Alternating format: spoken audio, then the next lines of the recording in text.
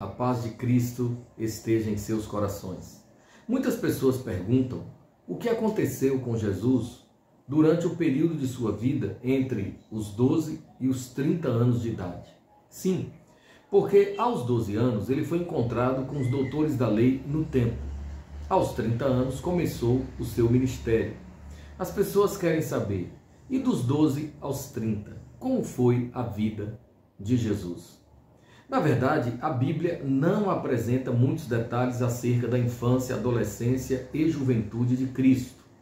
Todavia, nós encontramos em Lucas capítulo 2, a partir do versículo 49, alguns indicadores que nos dão uma compreensão sobre este assunto. E ele disse: por que estavam procurando por mim? Não sabiam que eu tinha de estar aqui tratando dos assuntos de meu Pai? Mas eles não tinham ideia do que Jesus estava falando. Então Jesus voltou para Nazaré com eles. Era um filho obediente. Sua mãe guardava todas essas coisas no coração, enquanto Jesus crescia com saúde e sabedoria, abençoado por Deus e pelos homens. Jesus, apesar de ter sido separado dos pecadores, sim, como homem, ele foi separado dos pecadores. Não pecou. O único homem verdadeiramente puro, imaculado, santo, perfeito. O único ser humano separado dos pecadores. Apesar disso, ele teve uma infância normal, uma adolescência e juventude igualmente normais. Ou seja, em sua infância ele brincou, ele se divertiu, ele foi tratado como criança, educado como criança. Há lendas acerca da infância e adolescência de Jesus, mas são apenas lendas.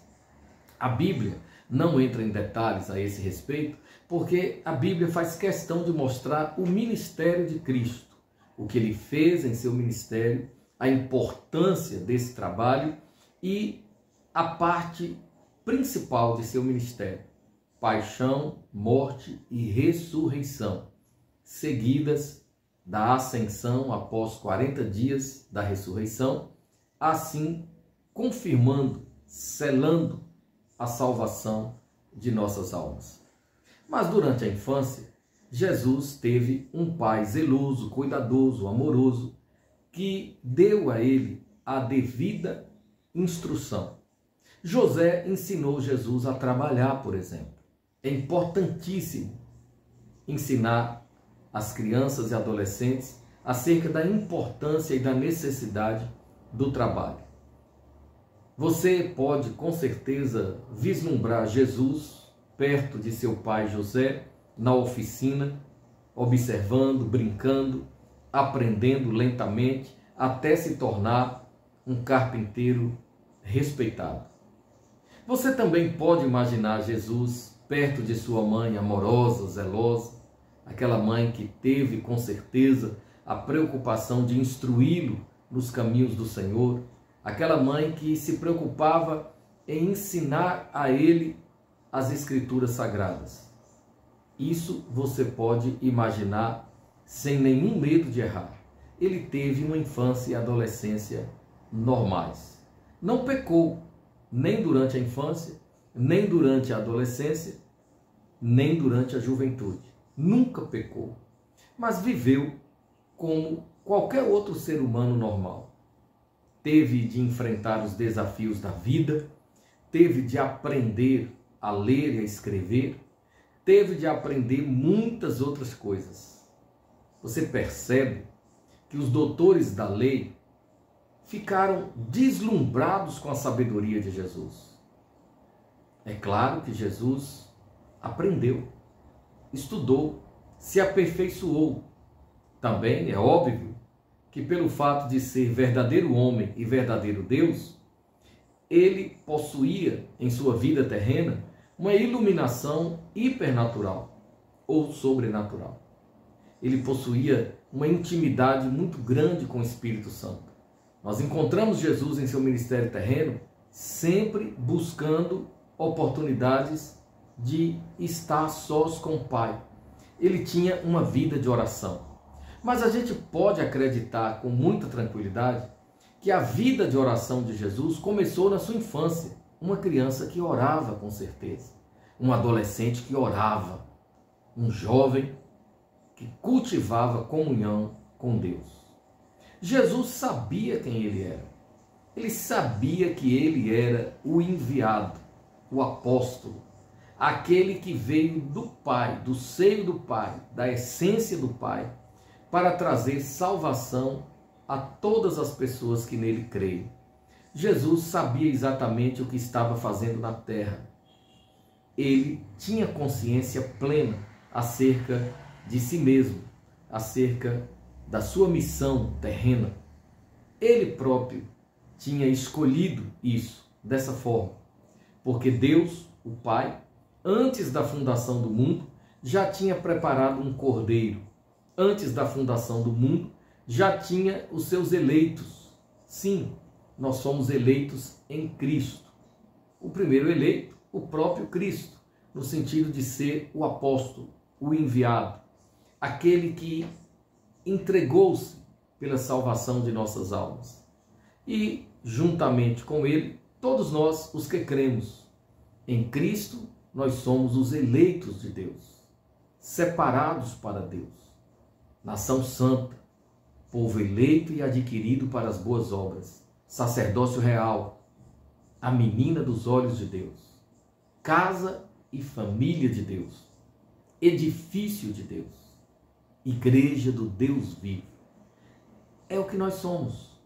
E somos tudo isso por causa de Jesus Cristo, nosso Redentor, nosso único e suficiente Salvador, que sujeitou-se a uma vida terrena como qualquer outro ser humano, repito, sem pecado, viveu a sua infância da melhor forma possível, brincando, se divertindo, aprendendo.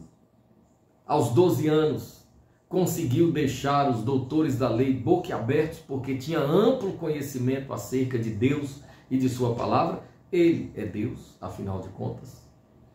Durante a sua adolescência e juventude, manteve-se conectado a Deus e aos 30 anos adentrou o Rio Jordão, colocou-se diante de João Batista e João Batista, assustado, retrucou: mas tu vens a mim para ser batizado? Eu é quem deveria ser batizado por ti? E Jesus responde: para que se cumpra a lei e os profetas. Ou seja, Jesus submete-se à autoridade eclesiástica de João. Jesus sujeita-se ao ministério de João. Jesus respeitava hierarquia. Ele respeitava os seus pais. Eu li aqui, você ouviu. Ele era obediente aos seus pais. Portanto, ele teve uma infância e adolescência e juventude normais, como qualquer jovem de sua época, obediente, respeitador, aquele jovem que sabia honrar pai e mãe. Afinal de contas, como Deus, ele mesmo estabeleceu tudo isso. Agora, diante de João Batista, ele está para ser batizado, com mais ou menos 30 anos de idade. Como eu disse, João fica reticente, Jesus o encoraja, e na hora do batismo a Trindade Santíssima está ali, claramente demonstrada. O Pai se manifesta falando desde o trono da glória: este é o meu Filho amado, em quem eu tenho prazer, alegria. O Espírito Santo se manifesta na forma de uma pomba, e Jesus, o Filho, está ali como homem para ser batizado e começar o seu ministério terreno. Vamos aprender com Jesus? Vamos viver de maneira tal a sermos agradáveis a Deus e aos homens? Vamos viver de forma tal a crescermos na graça e conhecimento do Senhor Jesus, sendo abençoados por Deus e pelos homens? Foi o que eu li aqui em Lucas 2:52. é necessário que sigamos o exemplo do Cristo de Deus. Ele é o padrão perfeito. Devemos imitá-lo em toda a nossa maneira de viver. Que o Senhor te abençoe e aplique esta reflexão ao teu coração. Eu peço, por favor, que você curta, se inscreva, compartilhe. Dessa maneira, você nos ajuda a levar a palavra de Deus adiante e que o Senhor te abençoe ricamente.